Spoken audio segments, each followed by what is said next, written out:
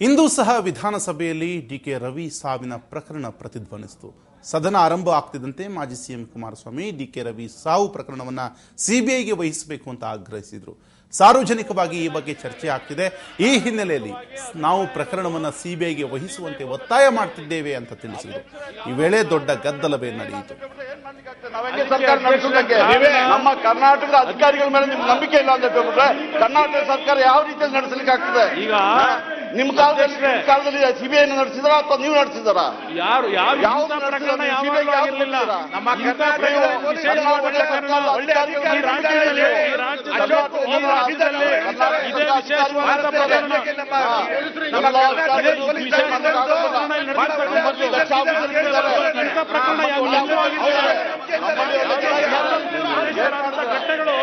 ಅಧ್ಯಕ್ಷರೇ, ಬಿಹಾರದಲ್ಲಿ ಉತ್ತರ ಪ್ರದೇಶದಲ್ಲಿ ಆಗ್ತಕ್ಕಂಥ ಘಟನೆಗಳನ್ನು ಪ್ರಾರಂಭ ಮಾಡಿದೆ.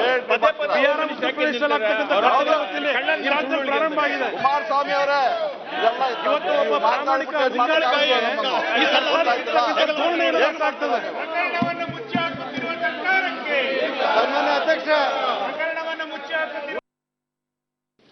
ಇವತ್ತು ಸರ್ಕಾರಕ್ಕೆ ಯಾತಕ್ಕೆ ಈ ವಿಷಯದಲ್ಲಿ ಯಾರನ್ನು ರಕ್ಷಣೆ ಮಾಡಬೇಕೆಲ್ಲ ರಕ್ಷಣೆ ಮಾಡತಕ್ಕಂಥ ಅವಶ್ಯಕತೆ ಇದೆಯಾ? ನಡೀಲಿ ಏನು ಇಲ್ಲ ಅಧ್ಯಕ್ಷ, ಯಾರು ಒಪ್ಪೋದಿಲ್ಲ ಈ ವಿಷಯದಲ್ಲಿ.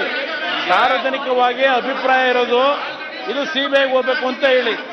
ಅಧ್ಯಕ್ಷರೇ, ನಂಬಿಕೆ ಇಲ್ಲ ಅಂತ ಹೇಳ್ಬಿಟ್ರೆ ಏನ್ ಮಾಡ್ಲಿಕ್ಕೆ ಆಗ್ತದೆ? ನಾವ್ ಹೆಂಗೆ ಸರ್ಕಾರ ನಡೆಸೋದಕ್ಕೆ?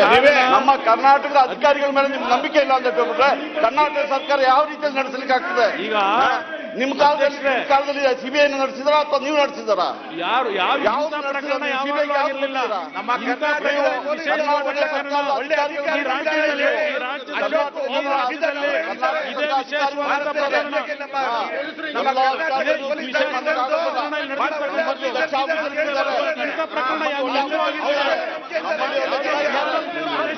ಘಟನೆಗಳು ಅಧ್ಯಕ್ಷರೇ, ಬಿಹಾರದಲ್ಲಿ ಉತ್ತರ ಪ್ರದೇಶದಲ್ಲಿ ಆಗ್ತಕ್ಕಂಥ ಘಟನೆಗಳನ್ನು ಪ್ರಾರಂಭ ಮಾಡಿದೆ. ಬಿಹಾರ ಉತ್ತರ ಪ್ರದೇಶದಲ್ಲಿ ಆಗ್ತಕ್ಕಂಥ ಈ ರಾಜ್ಯದಲ್ಲಿ ಪ್ರಾರಂಭ ಆಗಿದೆ. ಕುಮಾರಸ್ವಾಮಿ ಅವರೇ, ಇವತ್ತು ಒಬ್ಬ ಪ್ರಾಮಾಣಿಕ ಅಧಿಕಾರಿಗಳಿಗೆ ಈ ಸರ್ಕಾರ ಧೋರಣೆ ಇರಬೇಕಾಗ್ತದೆ.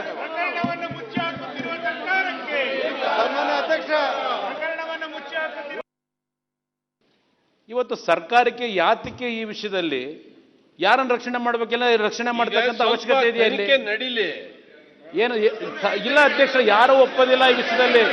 ಸಾರ್ವಜನಿಕವಾಗಿ ಅಭಿಪ್ರಾಯ ಇರೋದು ಇದು ಸಿಬಿಐಗೆ ಹೋಗ್ಬೇಕು ಅಂತ ಹೇಳಿ. ಅಧ್ಯಕ್ಷರೇ, ನಂಬಿಕೆ ಇಲ್ಲ ಅಂತ ಹೇಳ್ಬಿಟ್ರೆ ಏನ್ ಮಾಡ್ಲಿಕ್ಕೆ ಆಗ್ತದೆ? ನಾವ್ ಹೆಂಗೆ ಸರ್ಕಾರ ನಡೆಸೋದಕ್ಕೆ? ನಮ್ಮ ಕರ್ನಾಟಕದ ಅಧಿಕಾರಿಗಳ ಮೇಲೆ ನಿಮ್ಗೆ ನಂಬಿಕೆ ಇಲ್ಲ ಅಂತ ಹೇಳ್ಬಿಟ್ರೆ ಕರ್ನಾಟಕ ಸರ್ಕಾರ ಯಾವ ರೀತಿಯಲ್ಲಿ ನಡೆಸಲಿಕ್ಕೆ ಆಗ್ತದೆ? ಈಗ ನಿಮ್ಮ